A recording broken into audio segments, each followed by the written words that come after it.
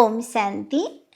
आज साकार महावाक्य 31/1/2026 मधुर संतान माने तुमे माने एठाकू सर्वशक्तिमान बाबांक ठारू शक्ति नेबा पई आसीछ, अर्थात आत्मार्पक दीपरे ज्ञानर घृत भरिबा पई आसीछ।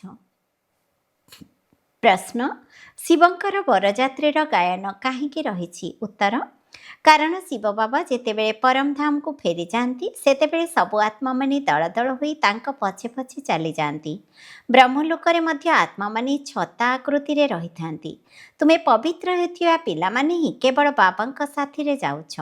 साथी रे जीवा कारणरु ही शिवंकर बरजात्रीर गायन रहिछि।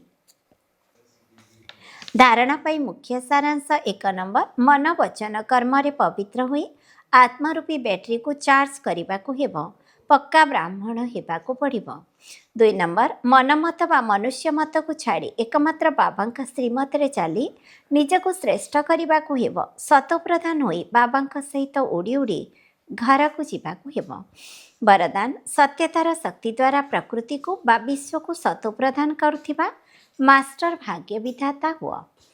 जेतेबेले तुमे माने सत्यतार शक्ति को धारण करी मास्टर विधि विधाता हेउछ, सेतेबेले प्रकृति मध्य सतप्रधान हो जाउछि एवं जुग मध्य सत्य जुग हो जाउछि। सर्व आत्मा माने मध्य निजर सद्गतिर भाग्य निर्माण करि देउछथि। तेणु तुम मानकर सत्यता पारसमणि सदृश अटे। जेपरि पारस लुहा को मध्य पारस करि देउछि, सेपरि सत्यतार शक्ति आत्मा को, प्रकृति को, समय को, सर्व सामग्री को, सर्व संबंध को, संस्कार को, आहार व्यवहार को सतप्रधान करि देउछि।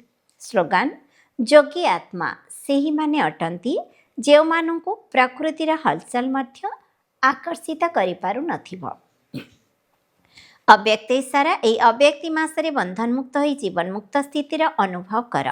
जदि तुम्हें स्वदर्शन चक्रधारी तथा छत्रधारी होई दैहिक स्मृतिर अनेक व्यर्थ संकल्पर चक्ररू, लौकिक एवं अलौकिक संबंधर चक्ररू, निजर अनेक जन्मर स्वभाव एवं संस्कार चक्ररू एवं प्रकृतिर अनेक प्रकार आकर्षणर चक्ररू मुक्त होइजिब, तेबे अन्य आत्मा मानकु मध्य बाबांक ठारू प्राप्त होइथिबा शक्ति गुड़िक द्वारा अनेक प्रकार चक्ररू सहजरे मुक्त करी जीवन मुक्त करि पारिबो। ओम शांति।